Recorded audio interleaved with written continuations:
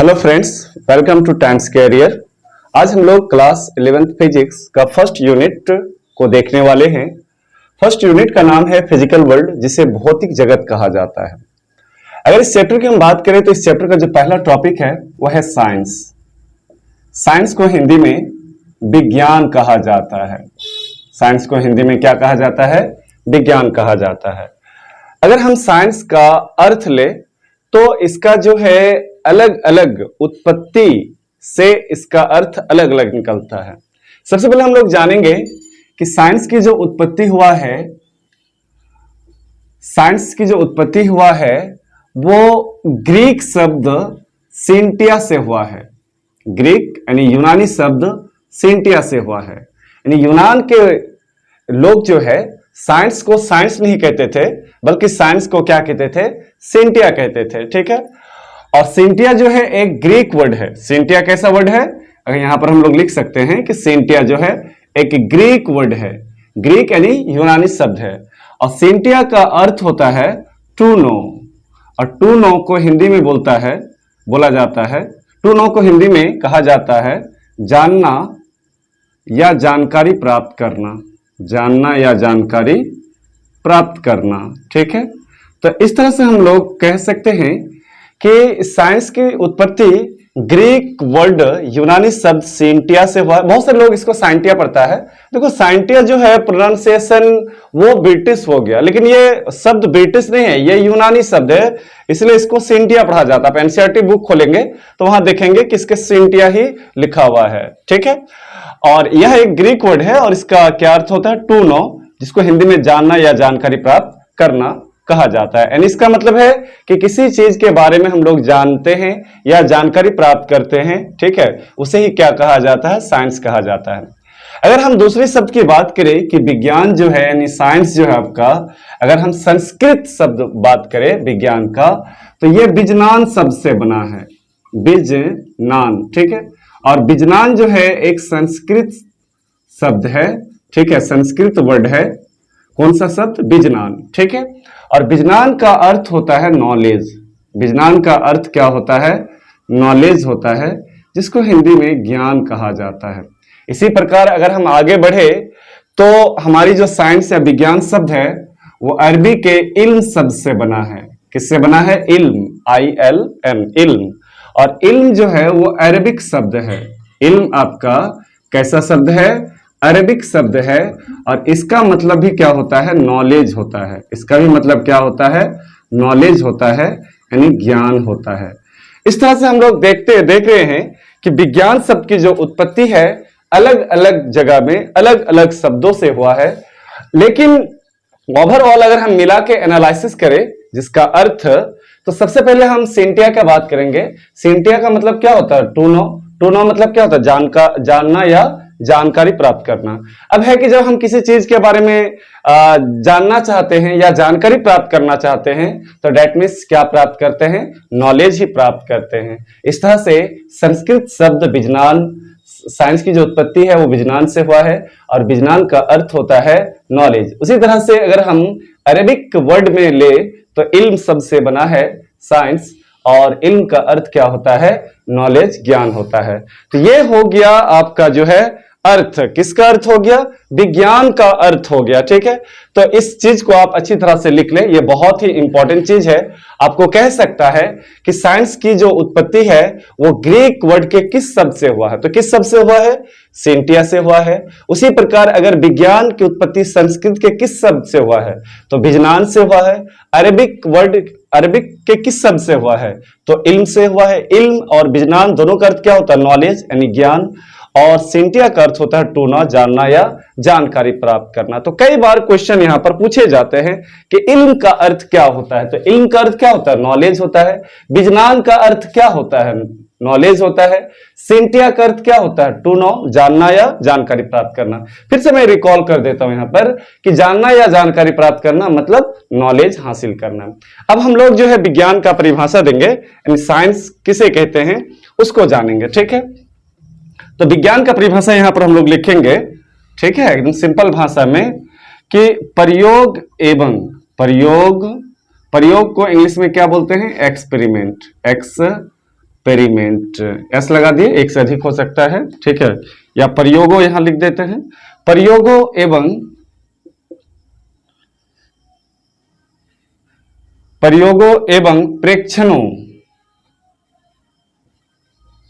प्रेक्षणों को इंग्लिश में ऑब्जर्वेशन कहा जाता है, ऑब्जर्वेशंस कहा जाता है। ऑब्जर्वेशन मतलब होता है प्रेक्षण।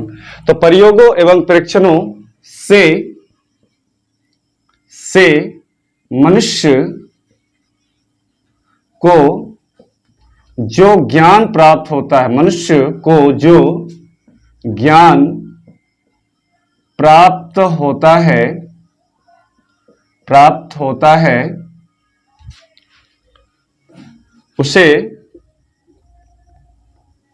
उसे विज्ञान कहा जाता है, उसे विज्ञान कहा जाता है, उसे विज्ञान कहा जाता है। ठीक है, देखिए एकदम सिंपल डेफिनेशन है, ठीक है, एकदम सिंपल सा डेफिनेशन है। प्रयोगों, एक्सपेरिमेंट एवं प्रेक्षणों, ऑब्जर्वेशन से मनुष्य को जो ज्ञान प्राप्त होता है उसे ही क्या कहा जाता है, विज्ञान कहा जाता है। या थोड़ा सा और बढ़ा सकते थे, उसके क्रमबद्ध अध्ययन को क्या कहा जाता है, विज्ञान कहा जाता है। विज्ञान का जो जनक है, यानी हम लोग यहां पर कह सकते हैं कि विज्ञान का जो जनक है, विज्ञान का जनक एरिस्टॉल को हिंदी में अरस्तु कहते हैं। ठीक है, यहां टी साइलेंट है। विज्ञान का जनक एरिस्टॉल को कहा जाता है, विज्ञान का जनक किसको कहा जाता है, एरिस्टॉल को कहा जाता है। ठीक है, तो सबसे पहले हम लोग क्या अर्थ जाने, दूसरा हम लोग यहां पर डेफिनेशन देख रहे हैं किसका, साइंस का, कि प्रयोगों एवं परीक्षणों से मनुष्य को जो ज्ञान प्राप्त होता है उसे विज्ञान कहा जाता है। विज्ञान का जो जनक है किसको कहा जाता है, एरिस्टॉल। जनक का मतलब होता है जन्म देने वाला, किसको माना गया है, एरिस्टॉल, जिसे हिंदी में अरस्तु कहते हैं। ठीक है, ये टी साइलेंट है, एरिस्टॉल पढ़िएगा इसको। अब है कि विज्ञान को दो भागों में विभाजित किया गया है। विज्ञान का भाग, तो विज्ञान को जो है दो भागों में बांटा गया है। एक बांटा गया है सजीव के आधार पर और एक निर्जीव के आधार पर। तो विज्ञान का जो पहला क्लासिफिकेशन, वर्गीकरण किया गया है सजीव के आधार पर। तो सजीव के आधार पर यानी सजीव के आधार पर और एक होता है निर्जीव के आधार पर, निर्जीव के आधार पर। ठीक है, दुनिया में जितनी भी चीज है उसका दो ही अवस्था है, या तो सजीव अवस्था में है या तो कौन सी अवस्था में है, निर्जीव अवस्था में है। ठीक है, तो विज्ञान का जो है यानी क्लासिफिकेशन, वर्गीकरण जो है इसे दो भागों में बांटा गया है। पहला है सजीव के आधार पर और दूसरा है निर्जीव के आधार पर। तो जो सजीव के आधार पर है उसे बायोलॉजिकल साइंस कहा जाता है, बायोलॉजिकल साइंस कहा जाता है, बायोलॉजिकल साइंस कहा जाता है। और जो निर्जीव के आधार पर है उसे फिजिकल साइंस कहा जाता है, फिजिकल साइंस कहा जाता है। बायोलॉजिकल साइंस को हिंदी में जैव विज्ञान कहा जाता है, जैव विज्ञान कहा जाता है। और जो फिजिकल साइंस है उसे कहा जाता है भौतिक विज्ञान। कौन सी विज्ञान, भौतिक विज्ञान कहा जाता है। ठीक है, तो यहां से आपको बोलेंगे कि विज्ञान का वर्गीकरण कितने भागों में किया गया है या विज्ञान को कितने भागों में विभाजित किया गया है। तो एक सजीव के आधार पर और एक निर्जीव के आधार पर। जैसे जीव जंतु, पेड़ पौधे, ये क्या होते हैं, सजीव होते हैं। दुनिया में लाखों तरह का जीव जंतु है, लाखों तरह का क्या है, पेड़ पौधे हैं। ठीक है, तो वो सजीव के आधार पर वो बायोलॉजिकल साइंस हो जाएगा जिसे जैव विज्ञान कहते हैं। और जो निर्जीव के आधार पर होता है उसे फिजिकल साइंस, भौतिक विज्ञान कहा जाता है। ठीक है, तो ये सभी बात को आप नोट कर ले, बहुत ही इंपॉर्टेंट बात है। पहला अर्थ है, दूसरा परिभाषा है, तीसरा जनक है और चौथा विज्ञान का ये है। ठीक है, अब इसका हम लोग जो है डिटेल से क्लासिफिकेशन देखेंगे। क्लासिफिकेशन ऑफ साइंस, विज्ञान का वर्गीकरण, ये गौ है। ठीक है, वर्गीकरण लिखा हुआ है, विज्ञान का वर्गीकरण। तो ये साइंस का क्लासिफिकेशन देखते हैं। तो जस्ट अभी हम लोग जाने कि साइंस को सजीव और निर्जीव के आधार पर दो भागों में बांटा गया है। पहला जो है वो है आपका biological science, biological science, biological science, ध्यान से देखिए। ठीक है, सब याद हो जाएगा। बायोलॉजिकल साइंस को हिंदी में जैव विज्ञान कहते हैं। बहुत सारे लोग जीव विज्ञान बोलते हैं, गलत है। बायोलॉजी का मतलब जीव विज्ञान होता है, बायोलॉजिकल का मतलब होता है जैव विज्ञान होता है। ठीक है, और दूसरा जो भाग है जस्ट अभी हम लोग देख रहे थे वो है आपका फिजिकल साइंस, फिजिकल साइंस है, ठीक है। एक है बायोलॉजिकल साइंस और एक क्या है, फिजिकल साइंस है, ठीक है। तो बायोलॉजिकल साइंस जो है जिसमें सजीव वस्तुओं के बारे में अध्ययन किया जाता है, यानी विज्ञान की वह शाखा जिसके अंतर्गत सजीव वस्तुओं के अध्ययन या जीवित वस्तुओं का अध्ययन किया जाता है उसे बायोलॉजिकल साइंस कहा जाता है।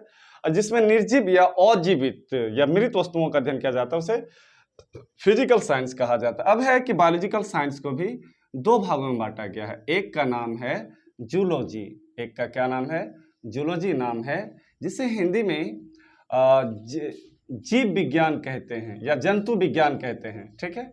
जूलॉजी को हिंदी में क्या बोलते हैं, जंतु विज्ञान, ठीक है। और जो दूसरा भाग है बायोलॉजिकल साइंस का उसका नाम है बॉटनी। क्या नाम है, बॉटनी, ठीक है। बॉटनी को हिंदी में पादप विज्ञान बोलते हैं या फिर वनस्पति विज्ञान कहते हैं, पादप विज्ञान या वनस्पति विज्ञान कहा जाता है, ठीक है। सबसे पहले ये जानो कि साइंस कितने भागों में बांटा गया है, दो भागों में। पहला का क्या नाम है, बायोलॉजिकल साइंस, जिसमें जीवित वस्तुओं का अध्ययन किया जाता है। तो जीवित में पेड़ पौधे भी हैं और जीव जंतु भी है। तो जूलॉजी का यानी पहला जो भाग है बायोलॉजिकल साइंस का वो जूलॉजी है, और जूलॉजी में जीव जंतुओं का अध्ययन किया जाता है, जीव जंतुओं का अध्ययन करना, जीव जंतुओं का अध्ययन करना, ठीक है। तो यहां तक क्लियर है बात कि जीव जंतुओं का अध्ययन करना क्या कहलाता है, जूलॉजी कहलाता है। और जूलॉजी का जो जनक है, इस सब्जेक्ट का जो जनक है वो आपका एरिस्टॉल है, जिसे हिंदी में अरस्तु कहा जाता है। विज्ञान का भी जनक एरिस्टॉल है और जूलॉजी का भी जनक कौन है, एरिस्टॉल है। दूसरा पार्ट अगर हम बात करें बॉटनी, तो इसमें जो है पेड़ पौधे का अध्ययन किया जाता है, पेड़ पौधों का अध्ययन किया जाता है, पेड़ पौधों, जैसे पादप भी बोल सकते हैं, पेड़ पौधों का अध्ययन करना, पेड़ पौधों का अध्ययन करना। तो इन शॉर्ट हम लोग बोल सकते हैं कि विज्ञान की जिस ब्रांच में या जिस शाखा में पेड़ पौधों का अध्ययन किया जाता है उसे क्या कहा जाता है, बॉटनी यानी वनस्पति विज्ञान कहा जाता है। शॉर्ट डेफिनेशन आपके सामने है। अब है कि बॉटनी का जो जनक है वो थियोफ्रेस्टस है, थियोफ्रेस्टस है, यह एक वैज्ञानिक है और बॉटनी के क्षेत्र में सबसे ज्यादा जो योगदान देने वाला है वो थियोफ्रेस्टस है। अब है कि साइंस का ये पहला पार्ट है बायोलॉजिकल साइंस, जिसमें जीव जंतु और पेड़ पौधे का अध्ययन किया जाता है, यानी जीवित वस्तुओं का अध्ययन किया जाता है। अगर हम दूसरी पार्ट की बात करें तो दूसरा जो पार्ट है वो हमारा है फिजिकल साइंस, जिसे भौतिक विज्ञान कहा जाता है। और इसका जो पहला पार्ट है वो है आपका फिजिक्स। पहला पार्ट क्या है, फिजिक्स है, ठीक है। फिजिक्स को हिंदी में भौतिकी कहा जाता है, फिजिक्स को हिंदी में क्या कहा जाता है, भौतिकी कहा जाता है। तो फिजिक्स में जो है प्रकृति और उसके नियमों का अध्ययन किया जाता है, प्रकृति के बारे में अध्ययन किया जाता है, प्रकृति के बारे अध्ययन करना यानी स्टडी ऑफ अबाउट नेचर, प्रकृति के बारे में अध्ययन करना क्या कहलाता है, फिजिक्स कहलाता है। फिजिक्स का जो जनक है वो न्यूटन को कहा जाता है, पूरा नाम जो है सर आइजैक न्यूटन है, ठीक है। तो ये सब छोटे छोटे नोट बना सकते हैं हम लोग, बहुत ही स्टैंडर्ड नोट है कि फिजिक्स में किसके बारे में अध्ययन किया जाता है, प्रकृति के बारे में, नेचर के बारे में स्टडी किया जाता है। वैसे फिजिक्स के बारे में और हम लोग डीप एंड डिटेल्स जानेंगे, ठीक है। अच्छा, दूसरी अगर हम इसका पार्ट बोले फिजिकल साइंस, जो दूसरा जो पार्ट है वो है आपका केमिस्ट्री है। क्या है, केमिस्ट्री, इसे हिंदी में रसायन विज्ञान कहा जाता है, रसायन विज्ञान कहा जाता है, ठीक है। और रसायन विज्ञान में पदार्थों का अध्ययन किया जाता है, पदार्थों का अध्ययन करना, ठीक है। और केमिस्ट्री का जो जनक है वो लेबोजियर को कहा जाता है, लेबोजियर साइंटिस्ट को कहा जाता है। इस तरह से आप देख सकते हैं कि आपके सामने साइंस का क्लासिफिकेशन है। इन शॉर्ट एक बार हम लोग इसको जो है रिव्यू कर लेते हैं कि इसे दो भागों में बांटा गया है, क्लासिफिकेशन किया गया है, एक जीवित वस्तुओं के आधार पर और एक निर्जीव वस्तुओं के आधार पर। तो जो जीवित वस्तुएं होते हैं उसे बायोलॉजिकल साइंस कहा जाता है। बायोलॉजिकल साइंस को दो भागों में बांटा गया, एक जूलॉजी और दूसरा क्या है, बॉटनी। तो जूलॉजी जो है उसमें जीव जंतुओं का अध्ययन किया जाता है और इसका जो जनक है वो कौन है, एरिस्टॉटल है। उसी प्रकार बॉटनी में जो है पेड़ पौधों का अध्ययन किया जाता है और इसका जो जनक है वो थियोफ्रेस्टस है। थियोफ्रेस्टस वैज्ञानिक को बॉटनी का जनक कहा जाता है। उसी प्रकार दूसरा जो विज्ञान का पार्ट है वो है फिजिकल साइंस और इसका पहला पार्ट है फिजिक्स जिसे भौतिकी कहा जाता है। और ये हम लोग क्लास 11 फिजिक्स का फर्स्ट यूनिट फिजिकल वर्ल्ड के बारे में ही स्टडी कर रहे हैं। प्रकृति के बारे में अध्ययन करना क्या कहलाता है, फिजिक्स कहलाता है। फिजिक्स का जो जनक है वो न्यूटन को कहा जाता है। कई बार ऑब्जेक्टिव पूछा जाता है कि who is the father of physics, physics का जनक किसे कहा जाता है, किसको कहा जाता है, न्यूटन को कहा जाता है। अगला जो पार्ट है वो हमारा केमिस्ट्री है, रसायन विज्ञान और पदार्थों का अध्ययन किया जाता है और केमिस्ट्री का जो जनक है वो लेवोजियर है। अब है कि दुनिया में कोई भी जो वस्तु है वो या तो लिविंग होगा या तो नॉन लिविंग होगा, या तो जीवित होगा या तो निर्जीव होगा, ठीक है। क्या दुनिया में ऐसा भी चीज हो सकता है जो जीवित और अजीवित भी हो? तो एक चीज है जो जीवित और अजीवित दोनों का तरह बिहेव करता है, उसका नाम है वायरस। क्या नाम है उसका, वायरस। वायरस जो है जैसे कि मान लो कि ये बोर्ड है, ठीक है, और मतलब कि ठोस अवस्था में है, एकदम पूरी तरह से सूखी हुई है, तो इस समय जो वायरस है वो नॉन लिविंग है यानी अजीवित है, ठीक है। तो अजीवित है तो डेट मीन्स वो क्या हो जाएगा, फिजिकल साइंस। लेकिन जैसे ही पानी या नमी की मात्रा में ऑक्सीजन के संपर्क में या पानी के संपर्क में या प्रोटीन के संपर्क में आता है तो वो जीवित हो जाता है, डेट मीन्स वो बायोलॉजिकल साइंस के अंतर्गत आ जाता है। तो दुनिया में एक ही ऐसा चीज है जिसका नाम है वायरस, जो बाउंड्री लाइन होता है लिविंग एंड नॉन लिविंग के बाउंड्री लाइन में होता है, ठीक है। तो आई होप कि ये क्लासिफिकेशन ऑफ साइंस आप लोग समझ गए होंगे। इसे जीवित और अजीवित के आधार पर बांटा गया है। अब हम लोग नेक्स्ट टॉपिक की ओर इन करेंगे, ठीक है, वो है फिजिक्स और हमारा सब्जेक्ट भी फिजिक्स है। तो फिजिक्स को हिंदी में भौतिकी कहा जाता है। फिजिक्स को हिंदी में क्या कहा जाता है, भौतिकी। अगर हम एनालिसिस करें फिजिक्स वर्ड को तो ये जो है ग्रीक वर्ड से बना है, ग्रीक यानी यूनानी शब्द से बना है, ग्रीक वर्ड से बना है, ठीक है। और जिस शब्द से बना है उसे फ्यूसिस कहा जाता है। क्या कहा जाता है, फ्यूसिस। यानी फिजिक्स को यूनानी भाषा में फिजिक्स नहीं कहता था बल्कि क्या कहता था, फ्यूसिस कहता था, ठीक है, फ्यूसिस कहते थे। और फ्यूसिस का अर्थ होता है नेचर। फ्यूसिस का अर्थ क्या होता है, नेचर। और नेचर मतलब क्या होता है, प्रकृति। नेचर मतलब क्या होता है, प्रकृति। तो इस तरह से हम लोग कह सकते हैं फिजिक्स के बारे में कि फिजिक्स जो है, ध्यान दो सबको ही, कि फिजिक्स जो है यानी फिजिक्स में प्रकृति और उसके नियमों का अध्ययन किया जाता है। आप देखते हैं कि दिन में सूर्य उगता है और फिर धीरे धीरे धीरे दिन ढलते हुए शाम हो जाती है, फिर रात हो जाती है, ठीक है। चंद्रमा का छोटा बड़ा होना, मौसम का बदलना, ठीक है, ये सारी घटनाएं प्रकृति से रिलेटेड है। इंद्रधनुष का उठना, ठीक है, मौसम में परिवर्तन होना, भूकंप आना, सुनामी आना, ये सारी घटनाएं प्राकृतिक घटनाएं हैं। तो फिजिक्स का हम लोग परिभाषा दे सकते हैं, शॉर्टली डेफिनेशन दे सकते हैं फिजिक्स का कि प्रकृति एवं इसके नियमों, प्रकृति एवं इसके नियमों, किसके नियमों, यानी प्रकृति के नियमों, प्रकृति इसके नियमों का अध्ययन करना, अध्ययन करना फिजिक्स कहलाता है। क्या कहलाता है, फिजिक्स कहलाता है। तो आपके सामने डेफिनेशन है, बहुत ही छोटा डेफिनेशन है और मैं उम्मीद करता हूं कि आप लोग को याद भी हो गया होगा कि प्रकृति एवं इसके नियमों का अध्ययन करना क्या कहलाता है, फिजिक्स कहलाता है, ठीक है। अब है कि हम आगे की ओर बढ़ते हैं कि जो हमारा नेचर है, प्रकृति है, नेचर, जिसको हिंदी में क्या कहा जाता है, प्रकृति कहा जाता है, ठीक है। ये प्रकृति जो है दो चीजों से मिलकर बना है।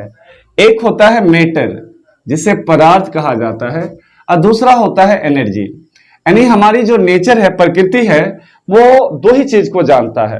पहला किसको जानता है, मैटर, जिसको हिंदी में पदार्थ कहा जाता है। Everything around us is called matter, यानी आसपास हमारी जो कुछ भी है, सब कुछ, इंसान ले लो, ठीक है, हवा, पानी, या जो भी सामान आप इस क्लास के अंतर्गत जो भी सामान देख रहे हैं, डस्टर देख रहे हैं, बोर्ड देख रहे हैं, ठीक है, मोबाइल देख रहे हैं, या आपके अगल बगल में जो कुछ भी है, जो कुछ भी, यहां तक कि हवा भी, ठीक है, जिसमें द्रव्यमान होता है, जो आस्थान छेकता हो, जो रुकावट उत्पन्न करता हो, वो सभी क्या कहलाता है, पदार्थ कहलाता है, द्रव्य कहलाता है, इंग्लिश में मैटर कहते हैं, ठीक है। और उस मैटर का अस्तित्व इसीलिए है इस दुनिया में क्योंकि उसमें क्या पाया जाता है, एनर्जी, ऊर्जा पाया जाता है, ठीक है। तो यहां पर हम लोग समझेंगे बात को, यानी मैटर जो है हमारा, ध्यान दो, मैटर को रहने के लिए ताकत चाहिए और उसकी ताकत क्या है, एनर्जी है, यानी पावर। जैसे मान लो कि हमारे बॉडी में पावर है, ताकत है, ठीक है, तो मैटर का ताकत कौन है, एनर्जी है। और एनर्जी बेचारा को रहने के लिए घर चाहिए और एनर्जी का जो घर है वो कौन है, मैटर है, ठीक है। तो हम लोग दूसरा डेफिनेशन दे सकते हैं फिजिक्स का, कि ध्यान दो, काफी इंपॉर्टेंट डेफिनेशन है ये फिजिक्स का, दूसरा डेफिनेशन मैं दे रहा हूं। ये सारी बात को आप लोग नोट करना एक एक करके, बहुत ही इंपॉर्टेंट है और आगे चलकर आप लोग का काम देगा। और मैं उम्मीद करता हूं कि इस वीडियो लेक्चर देखने के बाद आपको जो है दूसरा इस टॉपिक से रिलेटेड या जो भी मैं कंटेंट आपको पढ़ा रहा हूं वो दूसरा टॉपिक आपको देखने की आवश्यकता नहीं है। अब तो हम लोग बोल सकते हैं कि साइंस, चूंकि फिजिक्स भी है वो साइंस का ही ब्रांच है, साइंस का वह ब्रांच या वह शाखा जिसके अंतर्गत साइंस का वह शाखा जिसके अंतर्गत पदार्थ, ऊर्जा के विभिन्न रूपों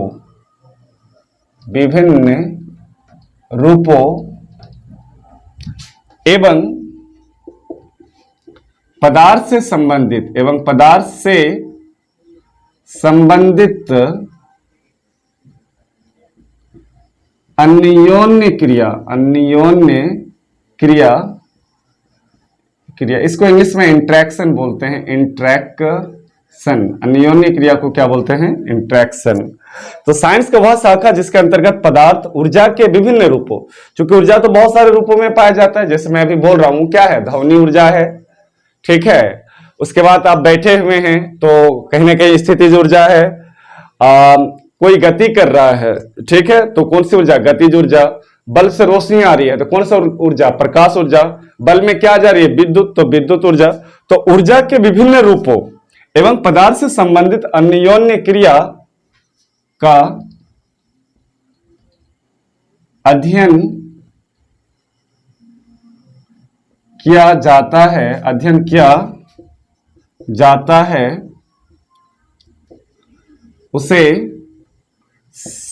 उसे फिजिक्स कहा जाता है, ठीक है। तो ये जो है दूसरा डेफिनेशन हो गया, ये भी काफी इंपॉर्टेंट डेफिनेशन है और नीचे वाला भी काफी इंपॉर्टेंट डेफिनेशन है। आइए इस डेफिनेशन को हम लोग समझते हैं थोड़ा सा। ये डेफिनेशन थोड़ा सा बड़ा है पहला डेफिनेशन के मुकाबले। साइंस का वह ब्रांच या वह शाखा जिसके अंतर्गत पदार्थ अभी जस्ट डिस्कशन किए कि सब कुछ क्या है, पदार्थ है, ठीक है, सब कुछ क्या है, पदार्थ है। कुछ भी जिसमें द्रव्यमान हो, वजन हो, ठीक है, जो आस्थान छेकता हो, जो रुकावट डालता हो, इन शॉर्ट हम लोग डेफिनेशन दे सकते हैं पदार्थ का कि एवरीथिंग अराउंड अस, ठीक है, हमारे आसपास जो भी चीज मौजूद होता है। ऊर्जा के विभिन्न रूपों एवं पदार्थ से संबंधित अन्योन्य क्रिया। अब बात यहां पर समझना है कि पदार्थ से संबंधित अन्योन्य क्रिया क्या होता है। देखो अभी भी जस्ट हम लोग डिस्कशन कर रहे थे कि पदार्थ और ऊर्जा एक दूसरे से रिलेटेड है। पदार्थ के बिना ऊर्जा अधूरा है और ऊर्जा के बिना क्या है, पदार्थ अधूरा है। कुछ साइंटिस्ट का मानना था 1905 ईस्वी से पहले कि पदार्थ अलग चीज है, ऊर्जा अलग चीज है, पदार्थ को ऊर्जा से कोई लेना देना नहीं है और ऊर्जा को पदार्थ से लेना देना नहीं है। लेकिन बाद में 1905 ईस्वी में अल्बर्ट आइंस्टीन ने एक्सपेरिमेंट के आधार पर स्पष्ट कर दिया कि नहीं, दोनों एक दूसरे से रिलेटेड है। यानी मैटर एनर्जी में कन्वर्ट होता है और एनर्जी किस में कन्वर्ट होता है, मैटर में कन्वर्ट होता है। तो दोनों डिफरेंट चीज ना होकर, दोनों अलग अलग वस्तु ना होकर, दोनों एक दूसरे से क्या है, रिलेटेड है। यह बात किसने बोला था, अल्बर्ट आइंस्टीन ने बोला था। अब है कि हम लोग समझ रहे थे कि पदार्थ से संबंधित अन्योन्य क्रिया है। इन शॉर्ट अगर समझिए, दुनिया में अगर सारे पेड़ पौधे को अगर हटा दिया जाए, काट दिया जाए, तो क्या ऑक्सीजन का प्रोडक्शन होगा? जब ऑक्सीजन का प्रोडक्शन नहीं होगा तो जीव जंतु भी इस दुनिया में रह नहीं सकता है, ठीक है। अब है कि पेड़ पौधे को हटा दिया जाए तो जीव जंतु क्या होगा, ऑटोमेटिकली क्या हो जाएगा, मर जाएगा। उसी प्रकार अगर दुनिया से जीव जंतु को हटा दिया जाए, ठीक है, तो CO2 का प्रोडक्शन बंद हो जाएगा, कार्बन डाइऑक्साइड का, और पेड़ पौधे को भोजन बनाने के लिए CO2 की आवश्यकता होती है। यानी दुनिया से अगर जीव जंतु को हटा दिया जाए तो पेड़ पौधे ऑटोमेटिकली क्या हो जाएंगे, मर जाएंगे, भोजन नहीं बना सकते हैं। तो इससे यह स्पष्ट होता है कि जितना हमारे लिए पेड़ पौधा इंपॉर्टेंट है उतना पेड़ पौधे के लिए हम भी इंपॉर्टेंट हैं। यानी दोनों एक दूसरे से क्या है, रिलेटेड है। इसी को इंटरेक्शन कहा जाता है, अन्योन्य क्रिया कहा जाता है। ठीक है, दूसरा एग्जांपल से हम लोग समझते हैं। दूसरा एग्जांपल ये है कि दुनिया से अगर जेंट्स को खत्म कर दिया जाए, ठीक है, पुरुष को अगर खत्म कर दिया जाए तो ऑटोमेटिकली जो है स्त्री जो है वो क्या हो जाएगा, धीरे धीरे धीरे धीरे उसका विलुप्त हो जाएगा। ठीक है, या दुनिया में अगर स्त्री को ही दुनिया से हटा दिया जाए तो पुरुष भी धीरे धीरे धीरे क्या हो जाएगा, विलुप्त हो जाएगा। यानी स्त्री पुरुष जेंट्स लेडीज एक दूसरे से क्या होता है, रिलेटेड होता है। और इस कंसेप्ट को बोलते हैं इंटरेक्शन। क्या बोलते हैं, इंटरेक्शन कहा जाता है। ठीक है, तो आई होप कि दूसरा डेफिनेशन भी आप लोग को 100% समझ में आ गया होगा। ठीक है, अब हम लोग आगे की ओर बढ़ते हैं। आगे है कि विज्ञान का classification, and sorry student, physics का क्योंकि विज्ञान का क्लासिफिकेशन देख चुके हैं। क्लासिफिकेशन देखो, विज्ञान का जो फिजिक्स का जो क्लासिफिकेशन है इसे दो भागों में डिवाइड किया गया है। एक का नाम है क्लासिकल फिजिक्स। क्लासिकल फिजिक्स को हिंदी में प्राचीन भौतिकी बोलते हैं। क्लासिकल फिजिक्स को क्या कहा जाता है, प्राचीन भौतिकी कहा जाता है। ठीक है, प्राचीन भौतिकी या चिर संवत भौतिकी कहा जाता है। और एक है आपका मॉडर्न फिजिक्स। एक आपका क्या है, मॉडर्न फिजिक्स है। ठीक है, ध्यान से बात को समझो, बहुत ही आसान है और सिंपल भाषा में मैं आप लोग को समझाने का कोशिश कर रहा हूं। फिजिक्स का जो क्लासिफिकेशन है इसे भी दो भाग में डिवाइड किया गया, एक क्लासिकल फिजिक्स और एक है मॉडर्न फिजिक्स। मॉडर्न का हिंदी होता है आधुनिक और क्लासिकल का हिंदी होता है प्राचीन। ठीक है, तो जब से दुनिया बनी है वहां से लेके 1900 ईस्वी तक, कितना ईस्वी तक, 1900 ईस्वी तक दुनिया में जो भी आविष्कार हुआ है, जो भी खोज हुआ है, जो भी नियम बना है, जो भी सिद्धांत बना है, जो भी साइंटिस्ट आए हैं, जो भी बना है, वो सब कुछ किसके अंतर्गत आता है, क्लासिकल फिजिक्स, प्राचीन भौतिकी के अंतर्गत आता है। ठीक है, उसके बाद 1900 ईस्वी से लेके अब तक मतलब अभी तक, जैसे मैं अभी बोल रहा हूं, मतलब प्रेजेंट टाइम। ठीक है, कब से लेके 1900 ईस्वी के बाद। ठीक है, 1900 ईस्वी के बाद, यह 1900 ईस्वी से पहले की कहानी है। ठीक है, और 1900 ईस्वी से लेके अब तक दुनिया में जो भी नियम, सिद्धांत, आविष्कार, खोज हुआ है वो सब कुछ किसके अंतर्गत आता है, मॉडर्न फिजिक्स के अंतर्गत आते हैं। ठीक है, अब है कि क्लासिकल फिजिक्स के कुछ ब्रांच है। आइए देखते हैं कौन कौन सा ब्रांच है क्लासिकल फिजिक्स का। पहला का नाम है मैकेनिक्स। ठीक है, मैकेनिक्स को हिंदी में यांत्रिकी कहते हैं। मैकेनिक्स को हिंदी में क्या बोलते हैं, क्लासिकल फिजिक्स का जो पहला ब्रांच है वो है मैकेनिक्स। दूसरा का नाम है थर्मोडायनामिक्स। थर्मोडायनामिक्स, इसे उष्मा गतिकी कहा जाता है, उष्मा गतिकी कहा जाता है। ठीक है, तीसरा का जो नाम है उसका नाम है ऑप्टिक्स, प्रकाशिकी। ऑप्टिक्स हिंदी में क्या बोलते हैं, प्रकाशिकी। और चौथा का जो नाम है, यानी क्लासिकल फिजिक्स चार ब्रांच में बंटता है। पहला का क्या नाम है, मैकेनिक्स, यांत्रिकी। दूसरा का नाम है थर्मोडायनामिक्स, उष्मागतिकी। और तीसरा का नाम है ऑप्टिक्स, OPTICS, ऑप्टिक्स, प्रकाशिकी। ठीक है, और चौथा का जो नाम है उसका नाम है इलेक्ट्रोडायनामिक्स,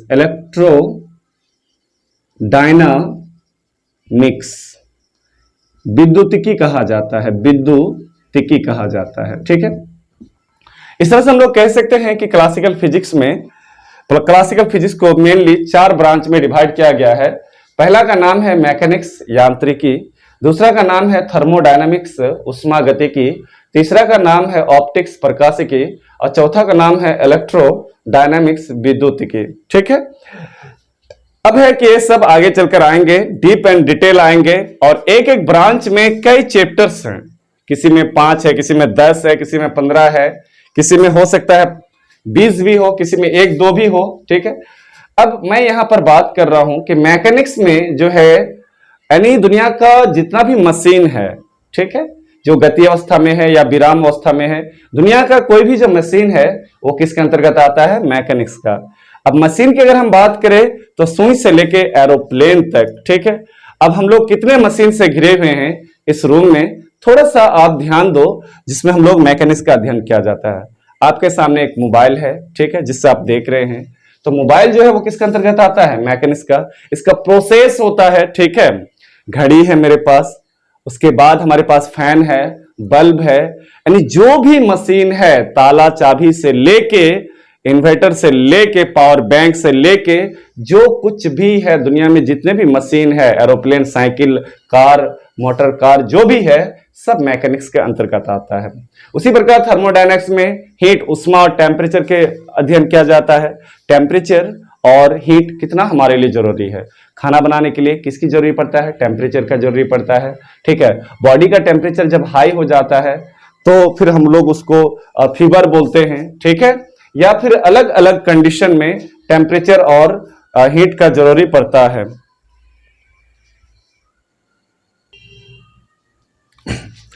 अब हम लोग बात करेंगे यहां पर कि जो हमारे मॉडर्न फिजिक्स है, पहला तो क्लासिकल फिजिक्स, ठीक है, उसको जान गए, अब हम लोग मॉडर्न फिजिक्स को जानेंगे। देखो मॉडर्न फिजिक्स 1900 ईस्वी से लेकर अब तक इसमें जो भी इन्वेंशन हुआ है, डिस्कवरी हुआ है, या जो भी लॉ थ्योरी बना है, जो नियम सिद्धांत बना है, वो सब मॉडर्न फिजिक्स के अंतर्गत आते हैं। इसका कुछ जो ब्रांच है वो है आपका एटॉमिक फिजिक्स है, एटॉमिक फिजिक्स, ठीक है, परमाणु भौतिकी, हिंदी में क्या बोलते हैं?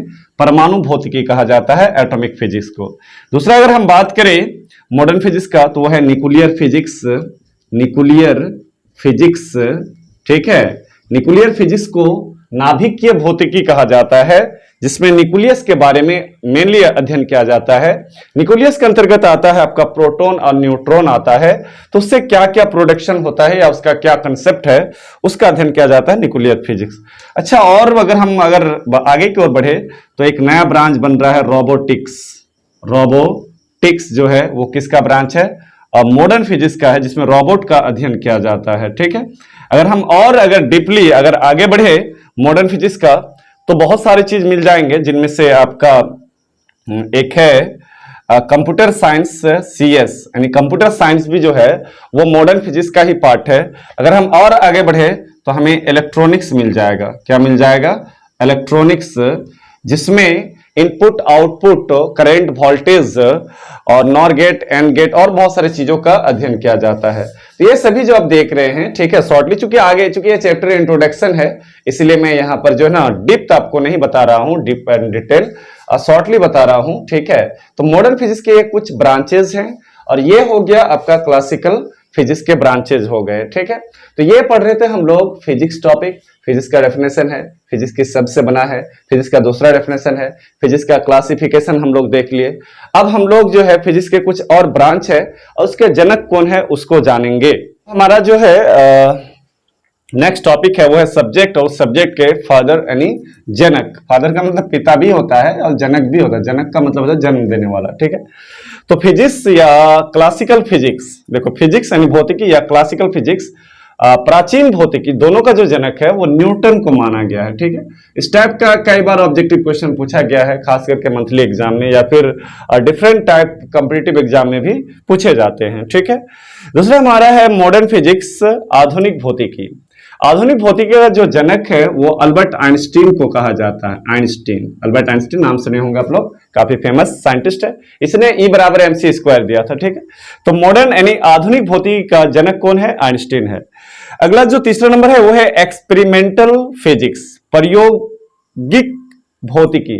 तो एक्सपेरिमेंटल फिजिक्स यानी दुनिया में जो पहला एक्सपेरिमेंट किया था फिजिक्स की दुनिया में वो था गैलीलियो, यानी गैलीलियो को कहा जाता है। गैलीलियो, नाम सुने होंगे, गैलीलियो इटली के रहने वाले साइंटिस्ट है, ठीक है। अगला है मैथमेटिकल फिजिक्स, यानी ये फिजिक्स का एक ब्रांच है, गणितीय भौतिकी। और मैथमेटिकल फिजिक्स का जो जनक है वो आर्किमिडीज को कहा जाता है। किसको कहा जाता है? आर्किमिडीज को कहा जाता है, काफी फेमस साइंटिस्ट है, ठीक है। तो इस तरह से फिजिक्स का जनक न्यूटन हो गया, मॉडर्न फिजिक्स का कौन हो गया आइंस्टीन, एक्सपेरिमेंटल फिजिक्स का कौन हो गया गैलीलियो, और मैथमेटिकल फिजिक्स का कौन हो गया आर्किमिडीज, ठीक है। तो बच्चों अगर वीडियो अच्छा लगे तो लाइक करो, मैं नेक्स्ट पार्ट आप लोग का जल्द से अपलोड करने वाला हूं। Thank you, best of luck, फिर मिलते हैं नेक्स्ट वीडियो में।